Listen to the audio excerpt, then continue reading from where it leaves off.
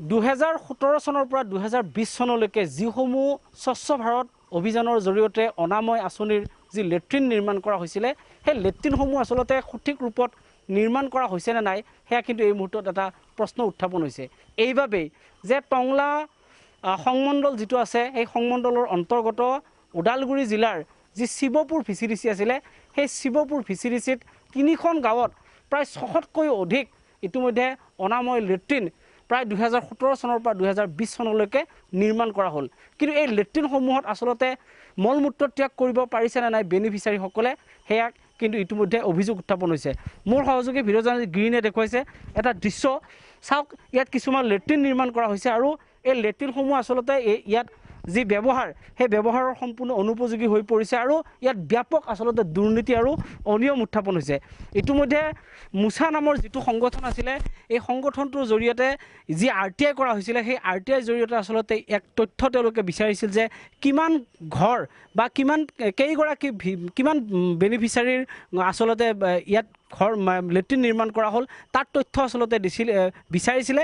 কিন্তু তাৰ পৰিৱৰ্তে টংলা সংমণ্ডলৰ যি PHC ডিপাৰ্টমেণ্ট আছে জনস্বাস্থ্য কাৰিকৰী বিভাগৰ কাৰ্যালয় তাৰ জৰিয়তে আচলতে তেওঁলোকে বেনিফিচাৰীসকলৰ নাম নিদি আচলতে কেৱল কেইটা নিৰ্মাণ কৰিলে লেট্ৰিন সেই লেট্ৰিনৰহে আচলতে তেওঁলোকে তালিকা দিলে। তাকে লৈ আচলতে তেওঁলোকে ক্ষোভিত হৈ পৰিছে আৰু সমান্তৰালভাৱে এক ব্যাপক দুৰ্নীতি আৰু অনিয়ম হৈছে। কাৰণ এইকাৰণেই যে এই শৌচালয়সমূহ এতিয়া ব্যৱহাৰৰ সম্পূৰ্ণৰূপে অনুপযোগী।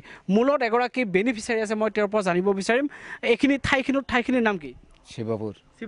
আপুনি লেট্ৰিনটো কেতিয়া পাইছিলে? লেট্ৰিনটো 2 বছৰমান হ'ল। 2 বছৰ। আপুনি লেট্ৰিন কৰিব পাৰে নে নোৱাৰে? তাত লেট্ৰিন 3 দিনমান কৰিছে, পৰে লেট্ৰিনটো কাট হৈ গৈছে আৰু লেট্ৰিনৰ দিয়া নাই, লেট্ৰিনটো মেইন ইটো দিয়া নাই, টেংকিটো দিয়া নাই। এনেকুৱাকৈ ইয়াত কিমান লেট্ৰিন আছে? চব লেট্ৰিন এনেকৈ বেয়া হৈছে? ইয়াত বেয়া আৰু আছে, ইফালে আছে আৰু কোনো লেট্ৰিন কৰিব নোৱাৰে? না, লেট্ৰিন কৰিব নোৱাৰে। হয়, এইগৰাকী বেনিফিচাৰী যি ভাষ্য ইয়াৰ দ্বাৰা প্ৰমাণিত হয় যে আচলতে যিসমূহ শৌচালয় নিৰ্মাণ কৰা হ'ল সেই শৌচালয়সমূহত বেনিফিচাৰীসকলে ব্যৱহাৰ কৰিব পৰা নাই। মূলত এগৰাকী মুছা নামৰ যিটো সংগঠন আছে ছাত্ৰ সংগঠন, মই তেওঁলোকৰ প্ৰতিক্ৰিয়া জানিবৰ কাৰণে চেষ্টা কৰিম। জিলা সমিতিৰ সভাপতিগৰাকী আছে, কি ক'ব? ইয়াত প্ৰায় 600তকৈ অধিক লেট্ৰিন 2017 চনৰ পৰা 2020 চনলৈকে ইয়াত নিৰ্মাণ কৰিলে, কিন্তু কোনো শৌচালয়তে আচলতে মানুহে মলমূত্ৰ ত্যাগ কৰিব নোৱাৰিলে বা ব্যৱহাৰ কৰিব নোৱাৰিলে। তাৰ বিপৰীতে আপোনালোকে RTI বিচাৰিছিলে, RTI তথ্যত আপোনালোকে কি পালে? হয়, চাওক, আচলতে আমি 2017 পৰা 2020 চনলৈকে যিখিনি আমাৰ শৌচালয় হৈছে এইখিনি আমি তথ্য বিচাৰিছিলোঁ আৰু আমি যি দেখা পাইছোঁ এইখিনি আচলতে একেবাৰে নিম্নমানৰ হৈছে, যিখিনি কাম মানে ঠিকাদাৰবিলাকে কৰিছে বা NGOৰ আণ্ডাৰত কৰিছে। তো সেই মৰ্মে আমি তথ্য বিচাৰিছিলোঁ। 2005ৰ যিটো তথ্য জনাৰ অধিকাৰ আইনৰ জৰিয়তে আমি তথ্য জনাৰ অধিকাৰ আইনত আমি তথ্যটো বিচাৰিছিলোঁ, কিন্তু তথ্য জনাৰ আইনত আমি তথ্যটো তথ্যটো বিচৰাৰ পিছতো বিভাগীয় কৰ্তৃপক্ষই কোনো ধৰণৰ গুৰুত্ব দিয়া আমি দেখা নাপালোঁ। আপোনালোকে আচলতে বেনিফিচাৰীৰ নাম বিচাৰিছিলে? হয়, আমি বেনিফিচাৰী লিষ্ট আৰু লগতে নামটো আমি বিচাৰিছিলোঁ। কিন্তু এই যে লেট্ৰিনসমূহ ইয়াত হৈছে এই ক্ষেত্ৰত কি ক'ব? ইমান বেয়াকৈ বনাইছে, এইটোকে কি ক'ব? যিটো আপোনালোকে দেখা পাইছে, আপোনালোকে নিজেও দেখা পাইছে, এইটো এটা গৰিহণাৰ যোগ্য। আৰু বিভাগীয় কৰ্তৃপক্ষক আমি তথ্য বিচৰাৰ পিছতো সিহঁতে সম্পূৰ্ণভাৱে গাফিলতি কৰি আছে। ইয়াত দুৰ্নীতি এটা হৈছে? হয়, ইয়াত সম্পূৰ্ণভাৱে দুৰ্নীতি হৈছে। এতিয়া আপোনালোকে কি বিচাৰে? এতিয়া আমি ন্যায়টো বিচাৰোঁ আৰু যিহেতু প্ৰধানমন্ত্ৰীৰ এটা আঁচনিৰ জৰিয়তে এনেকুৱা ধৰণৰ দুখীয়া মানুহক শৌচালয়ৰ ব্যৱস্থা কৰি দিছে, গতিকে আমি বিচাৰোঁ উপযুক্ত কাম হ'ব লাগে।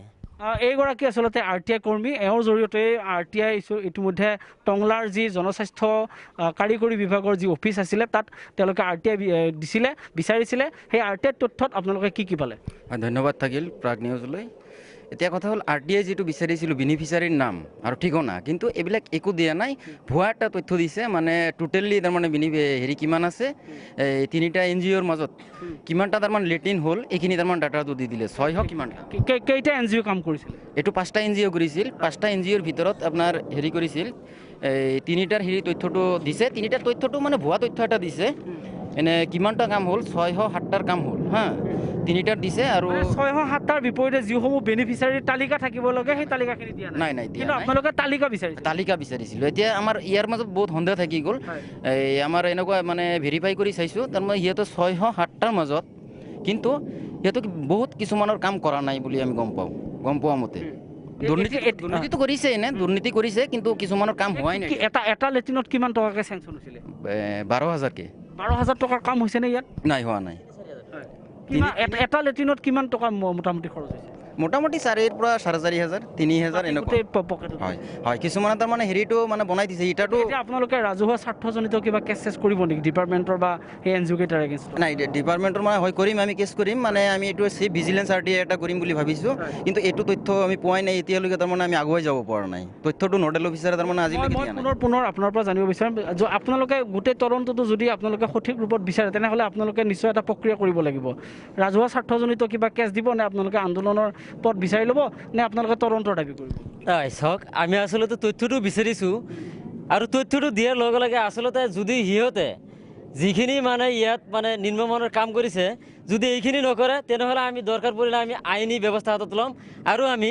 গণতান্ত্ৰিকভাৱে আমি আন্দোলনৰ কাৰ্যসূচী ল'বলৈ আমি বাধ্য হ'ম গোটেই লেট্ৰিনবিলাক ইয়াত কেনেকুৱা হৈছে যিকেইটা লেট্ৰিন আমাৰ শিৱপুৰ BCDCত বা লাউডিং BCDCত ভূতনিৱা BC মেডিপাৰা BCDC যিবিলাক কাম হৈ আছে সব মানে হাগ্ৰামাৰ চৰকাৰৰ কালানৰ পৰাই মানে দুৰ্নীতি যে কৰি আৰম্ভ হৈ আছে এই দুৰ্নীতি হৈয়ে আছে আৰু মানে কোনো এটা লেট্ৰিন সম্পূৰ্ণ হোৱা নাই আৰু যিকেইটা কাম কৰিছে সিহঁতে সব বেয়াকৈ কৰিছে য'ত ঘৰটো বনাইছে কিন্তু টেংকিটো দিয়া নাই য'ত টেংকিটো দিছে ঘৰটো দিয়া নাই মানে নামত খালি লেট্ৰিন বনাই আছে আৰু টকাটো পকেটত হজম কৰিছে নামত আচলতে সকলোৱে লেট্ৰিনসমূহ বনাইছে যি অনাময় আঁচনিৰ জৰিয়তে বা স্বচ্ছ ভাৰত মিছনৰ জৰিয়তে যিসমূহ লেট্ৰিন এই শিৱপুৰ VCDCত নিৰ্মাণ কৰা হ'ল 2017 চনৰ পৰা 2020 চনলৈকে কেৱল নামত এই লেট্ৰিনসমূহ নিৰ্মাণ কৰিলে এইখন হৈছে RTI তথ্য এই তথ্যত আচলতে যিসমূহ এখেতে প্ৰশ্ন কৰিছিলে সেই প্ৰশ্নটো আছিলে যে বেনিফিচিয়াৰী তালিকা তাৰ বিপৰীতে তেওঁলোকে